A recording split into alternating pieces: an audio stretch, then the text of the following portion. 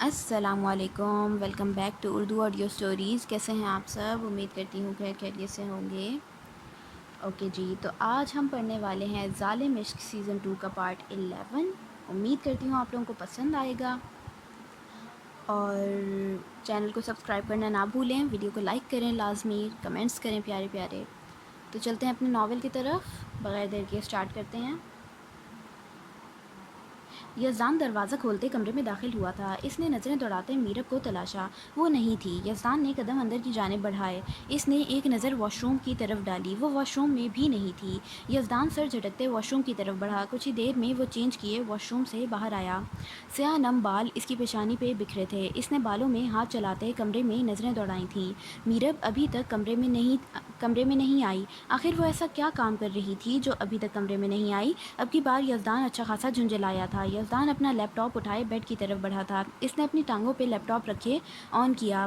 میرب کے کمرے میں آنے تک وہ کام کرنے کا ارادہ رکھتا تھا۔ صبح وہ آفس جوائن کرنے والا تھا۔ کمرہ نیم تاریکی میں ڈوبا تھا۔ باران اپنی مخصوص جگہ پہ لیٹا خواب خرگوش کے مزے لے رہا تھا۔ اس کے قریب بیک گراؤنڈ سے ٹیک لگائے بیٹھی میرب اس کے سیاہ گھنے بالوں میں ہاتھ چلاتے کسی گہری سوچ میں گم تھی۔ اس کی آنکھیں نم تھیں۔ وہ کیا سوچ رہی تھی، کیوں سوچ رہی تھی، وہ خود نہیں جانتی تھی۔ اس کی آنکھوں کے سامنے بار بار ہوٹل والا منظر آ رہا تھا کہ یزدان نے پری کی طرف دیکھا تھا۔ وہ سوچ سوچ کر پاگل ہو رہی تھی۔ آپ کبھی میرے نہیں ہو سکتے، اس نے دل میں سوچا تھا۔ آنکھوں کی نمی بڑھتی جا رہی تھی۔ اب سامنے والا منظر بھی دھندلا ہو گیا تھا۔ اس نے کرب سے آنکھیں میچیں۔ اس کے گال پہ آنسو پھسلے تھے۔ نگاہ میں اتنی طاقت ہے کہ آپ سے دور رہ کر بھی مجھے آپ سے محبت ہو گئی، اور آپ، وہ ہمیشہ سوچتے، اب آپ پہ رک جاتی تھی۔ آپ کو مجھ سے محبت نہیں ہوئی، آپ ہمیشہ پری سے محبت کرتے رہے۔ اب وہ گھٹنوں میں سردیاں ہچکیوں سے رونے لگی تھی۔ کیوں آپ کو میری محبت نظر نہیں آتی؟ آپ کیوں انجان ہیں؟ جان بوجھ کر آپ ایسا کر رہے ہیں، جان بوجھ کر آپ مجھے اذیت دے رہے ہیں۔ وہ اب دھیمے لہجے میں بولتی سسکیاں بھر رہی تھی۔ آپ کو میری ضرورت نہیں ہے نا؟ ٹھیک ہے، میں بھی آئندہ آپ کے پاس نہیں آؤں گی۔ وہ بے آواز رو رہی تھی تاکہ باران نہ اٹھ جائے۔ میرا کوئی بھی نہیں ہے، آپ کو سب کچھ مانا تھا، لیکن آپ بھی میرے نہ رہے، آپ بھی میرے نہ ہوئے۔ اس نے ایک دفعہ پھر سوچتے سسکی بھری تھی۔ کچھ بھولے ہوئے رشتے یاد آئے تھے۔ کافی دیر اسی طرح رونے کے بعد اس نے سیدھے ہوتے بے دردی سے اپنے آنسو صاف کیے۔ اپنی ہتھیلی سے چہرہ صاف کرتے اس نے باران کی طرف دیکھا۔ وہ گہری نیند سو رہا تھا۔ وہ بھی چہرہ جھٹکتے باران کے قریب ہی لیٹ چکی تھی۔ نیند تو اسے آنی نہیں تھی۔ وہ آنکھیں بند کیے دوبارہ سے اپنی سوچوں میں گم ہو چکی تھی۔ بعض دفعہ جذبات میں آ کر انسان بہت سے غلط فیصلے کر لیتا ہے۔ انسان بات کو سمجھنے کی کوشش نہیں کرتا، وہ بات کی تصدیق نہیں کرتا اور اپنے دل میں گمان پالنے لگتا ہے۔ میرب کے ساتھ بھی شاید اس وقت یہی کچھ ہو رہا تھا۔ یزدان کا رویہ اپنی جگہ، لیکن میرب فضول میں گمان پال رہی تھی، یہ جانے بغیر کہ اس سے ان کے رشتے میں کس قدر دوریاں آ سکتی ہیں۔ بدگمانیاں ہنستے کھیلتے رشتوں کو اجاڑ کر رکھ دیتی ہیں۔ جس رشتے میں شک کی گنجائش ہو وہ کبھی کامیاب نہیں ہو سکتا۔ رات ڈھلتی جا رہی تھی۔ ادھر یزدان بیٹھا کب سے اس کا انتظار کر رہا تھا۔ اس نے لیپ ٹاپ سے نظریں ہٹاتے اپنے کندھے پہ ہاتھ رکھ کے اسے دبایا۔ لیپ ٹاپ کی اسکرین سے نکلتی روشنی اس کے چہرے پہ پڑتی اس کے چہرے کے نقوش واضح کر رہی تھی۔ چہرے پہ دن بھر کی تھکاوٹ تھی، لیکن یزدان نے تو کوئی کام کیا ہی نہیں تھا، پھر اسے تھکاوٹ کیسے ہوئی؟ وہ جب سے گھر واپس آئے تھے اس نے ایک دفعہ بھی ہوٹل والے منظر کو یاد نہیں کیا تھا، کس طرح سے وہ پری کے سامنے گیا تھا یا وہ اس کے سامنے آئی تھی۔ اسے صرف میرب کی ٹینشن کھائے جا رہی تھی۔ اس کا لہجہ اسے قدرے پریشان کر گیا تھا۔ وہ جو بھی تھا وہ تھی تو اس کی بیوی، اس کے نکاح میں تھی، بس کچھ غلط فہمیاں تھیں جس کی وجہ سے اختلافات بڑھ گئے تھے، لیکن انہوں نے اسے سدھارنے کی کوشش بھی تو نہیں کی تھی نا۔ خیر جو بھی تھا، یزدان اب اپنی غلطیاں سدھارنا چاہتا تھا، وہ بھی اپنے رشتے کو ٹائم دینا چاہتا تھا۔ اس نے سامنے لگی گھڑی کی طرف نظریں دوڑائیں جو اس وقت 12 بجا رہی تھی۔ یزدان چونکا۔ وہ پچھلے 2 گھنٹے سے کام کر رہا تھا اور اسے ٹائم کا احساس ہی نہیں ہوا۔ میرب بھی ابھی تک کمرے میں نہیں آئی تھی۔ اس نے سرد آہ بھرتے سر پیچھے کی طرف گرایا۔ سر میں بھی ہلکا ہلکا درد اٹھا تھا۔ کچھ تو ہوا ہے میرب کو، اس کا شام والا بیہیویئر، اور اب وہ کمرے میں بھی نہیں آئی تھی۔ یزدان نے پیشانی مسلتے سوچا۔ اس کا دماغ بری طرح الجھ چکا تھا، اسے کچھ سمجھ نہیں آ رہی تھی۔ کچھ یاد آنے پہ وہ ایک دم سے سیدھا ہوا تھا۔ اس نے نظریں دوڑاتے سامنے ریک پہ رکھے گجروں کی طرف دیکھا۔ وہ اسی طرح پڑے تھے جس طرح اس نے رکھے تھے۔ اب اسے میرب پر غصہ آیا تھا۔ اس نے غصے سے لیپ ٹاپ بند کر کے سائڈ ٹیبل پہ رکھا۔ بیڈ سے اٹھتے اس نے جوتا پہنا، اپنی شرٹ سیدھی کرتے اب اس کا رخ باہر کی طرف تھا۔ کمرے سے باہر آتے اس نے ہال میں پہلے ایک طرف نظریں دوڑائیں، پھر دوسری طرف۔ मीरब कहाँ हो सकती थी? आनी के कमरे में, इसने सोचा। नहीं, बारान के कमरे में। वो सोचते बारान के कमरे की तरफ बढ़ा था। कमरे के करीब आते इसने लॉक खोलते दरवाज़ा खोला। कमरा मुकम्मल तारीकी में डूबा था। खिड़की से आती मध्यम सी चांद की रोशनी बेड पे लेटे दो वजूदों को अयां कर रही थी। बारान मीरब की तरफ करवट लिए और मीरब बारान की तरफ करवट लिए। दोनों ही गहरी नींद में सो रहे थे। यज़दान ने मुँह बसोरा। मैं पिछले 2 घंटों से इंतज़ार कर रहा हूँ और मैडम यहाँ ख्वाब खरगोश के मज़े ले रही हैं। यज़दान ने बड़बड़ाते धीरे से दरवाज़ा बंद किया। इसका मूड अच्छा खासा ख़राब हो चुका था। वो बोझल कदमों से अपने कमरे की तरफ बढ़ा। शदीद नींद आने के बावजूद इसने 2 घंटे मीरब का इंतज़ार किया और वो मैडम बड़े मज़े से बारान के साथ सो रही थीं। वो सुबह मीरब की क्लास लेने का इरादा रखता था। यज़दान मुँह के नक्शे बिगाड़ता अपने कमरे में दाखिल हुआ। इसने पाँव की ठोकर से दरवाज़ा बंद करते दोबारा से एक नज़र सामने पड़े गजरों की तरफ दौड़ाई। कम अज़ कम गजरे तो ले लेती। वो एक बार फिर से बड़बड़ाया था। बड़बड़ाने के साथ साथ इसके मुंह के नक्शे भी बिगड़े थे। न जाने क्यों आज इसका दिल चाह रहा था वो मीरब के साथ बातें करे, लेकिन मीरब को शायद अपनी नींद ज़्यादा प्यारी थी। यज़दान मुंह फुलाए बेड की तरफ बढ़ा। वो कहाँ जानता था कि इसकी बीवी क्या क्या सोचे सो चुकी है। इसने बेदिली से लाइट ऑफ की, लेटते मुंह तक कंफर्टर ओढ़ा और आंखें मूंद गया। अरहम उठे ना, आप हर वक्त सोते रहते हैं। अरहम जो करवट बदले मज़े से सो रहा था। परी इसकी कमर पे सारा वज़न डाले इसे उठा रही थी। इस नावल में अरहम और परी के जो ज़्यादातर सीन है वो परी उसे उठा रही है और अरहम उठ नहीं रहा है। अरहम आप नहीं उठेंगे? परी गुस्से से इसके बाजू को खींचते बोली थी। क्या है? अरहम नींद में गड़बड़ाया था और इसी लम्हे दोबारा नींद की वादियों में उतर गया था। परी ने खुनख्वार नज़रों से अरहम को घूरा। अरहम, वो कदरे बुलंद लहजे में बोली थी।